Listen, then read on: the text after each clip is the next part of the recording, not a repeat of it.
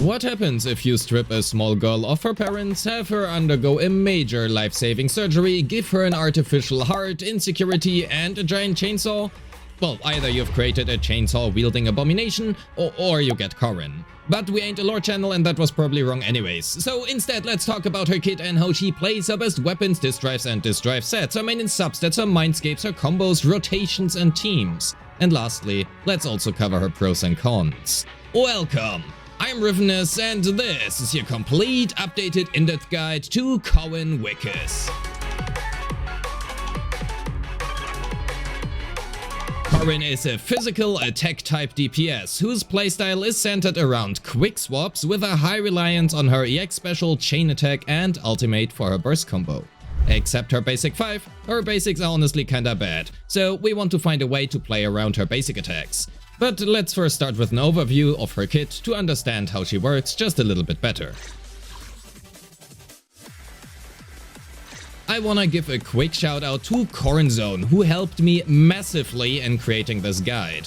Corin is an absolute goat at Corin and you will find a link to his channel in the description and the pinned comment. Make sure to give his channel a watch. Corin features a 5-part basic attack string and her 3rd and 5th string can be extended in their duration by holding down her basic attack.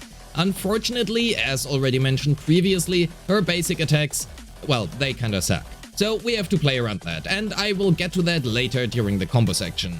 The two most important takeaways about her basic attacks are that first, we can extend her basic 3 and 5 by holding or repeatedly pressing her basic attack button, and secondly, that we can also swap out of Corin's basic 5. Her special is, as per usual, a worse version of her EX special, and because of that we will not use it. However, we do want to use her EX special.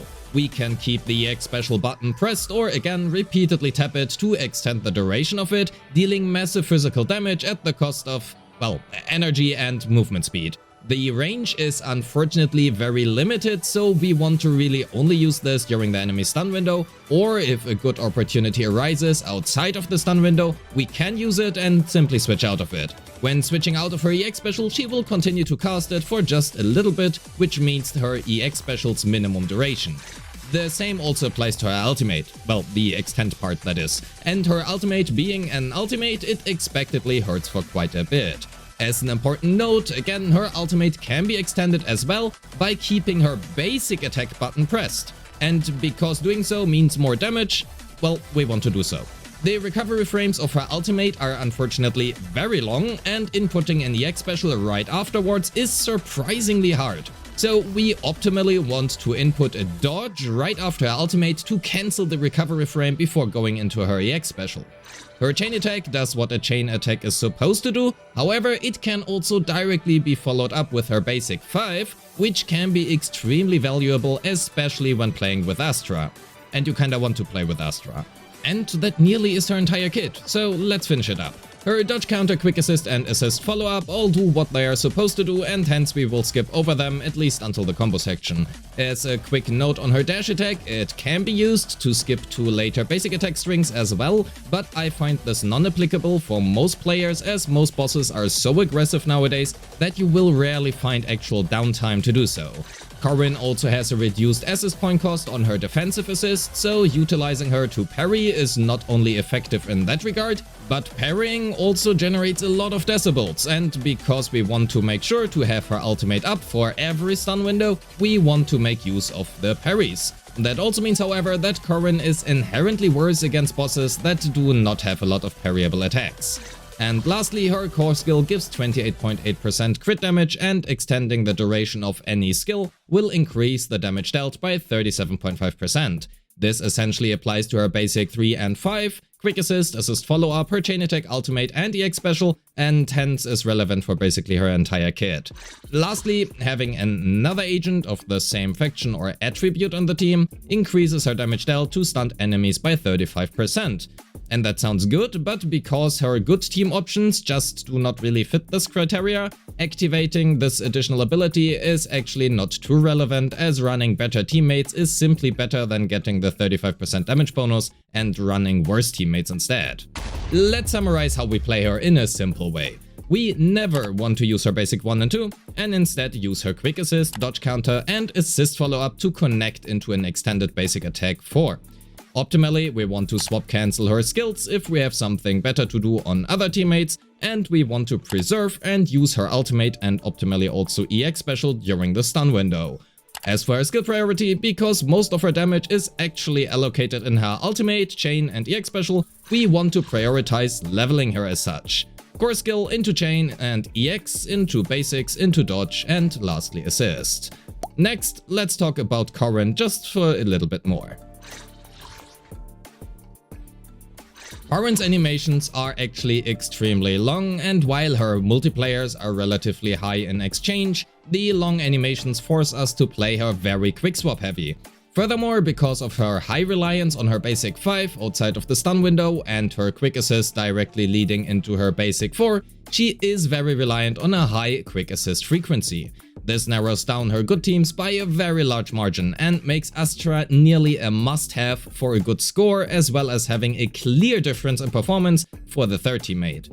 Agents who can either do something meaningful when swap cancelling her skills, as well as providing quick assists, such as Nicole or Trigger, or which help her out in a unique way, mainly Yuzua and Jifufu, become easily her best choices for the third slot. And all of this essentially means Corin does not only have a pretty high skill ceiling, but the difference between barely being able to clear and a 40k clear will not only depend on your skill, but also your team's, and hence your account. This is best illustrated by the difference between fantastic Corin players, such as Corinzone and me. Lastly, Corin is extremely reliant on her ultimate as well. This also means that it is very important to generate as many decibels as possible to guarantee her ultimate being up for every stun window. Looking at the different decibel gain values by action, there are mainly two ways of generating a large amount of decibels: defensive assists or triggering anomalies and disorders. And unless you are running Yuzua, frequently triggering assault is not really an option for Corin, and even with Yuzua it is highly unreliable. Means we are looking at using as many defensive assists as we can, and again, I already mentioned this earlier, that in turn also means Corin is just inherently much better versus bosses that give a lot of parry opportunities.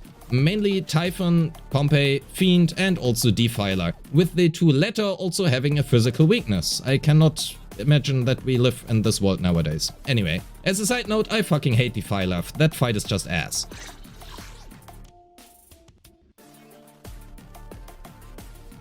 Corin's quick assist directly leads into her basic 4, and as we will want to make sure to play her with as many quick assists available as possible, an extended quick assist into basic 4 and extended basic 5 will be your most frequently used combo. Make sure to swap cancel the extended basic 5, and if you are about to be hit, prioritize dodging over finishing the combo. Dodging then allows you to follow up with your dodge counter, and her dodge counter can be followed up with her basic 4 as well, which leaves us with extended dodge counter into basic 4 and extended basic 5. And the same applies to our assist follow-up, which we will make frequent use of as well. So instead, let's talk about her stun combo. Some fights, such as Typhon, will also require you to use 2 defensive assists on Corin before the stun window to have enough decibels. Although this is pretty specific to teams with a stunner, as you will otherwise stun too fast and might be missing some decibels for her ultimate. For the first stun combo, we require either Astra or Yuzua as well as Corin's ultimate. We initiate the chain using Corin, then go for our stunners or second support's chain. The reason here being that we want to either make sure to trigger King of the Summoned on either Trigger or Jifufu, or reapply Nicole's Death Shred. Then we proceed with Corin's chain and end the chain on Astra. Now we quick assist into Corin and use her ultimate. We extend her ultimate and then input a dodge to cancel her long ass recovery frame, so we can follow up with her EX special, immediately swap cancel the EX special and go back to Astra. Then we can end the stun combo with Astra's ultimate into Corin chain into Corin extended basic 5. Frankly, the full combo will not fit into the stun window, but it is the best generic rotation we can do and is also a nice setup to continue after the stun window. If you happen to not have Astra or Yuzua, or both of them are simply busy in another team, I honestly would not necessarily recommend playing Corin, as you will notice a significant drop in performance. But if you intend on doing that anyway, for a more general approach, independent of any teammates, we can go with a double chain on Corin, but we will require manual chain for this one.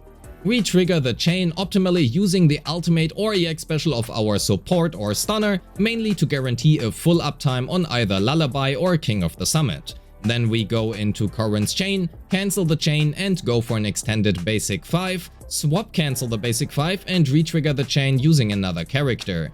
Now we go for another chain on Corin into her extended ultimate, into extended EX special until the stun window ends. Again, for optimal play we would want to input a dodge after her ultimate, but this combo is supposed to be a little bit more of a casual and less time demanding combo. So let's continue with her weapons.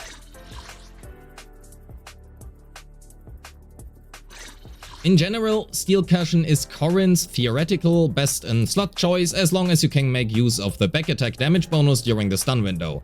Even at only 50% uptime, Steel Cushion is still ahead over other choices, which largely is also to be contributed due to the 24% crit rate the weapon provides.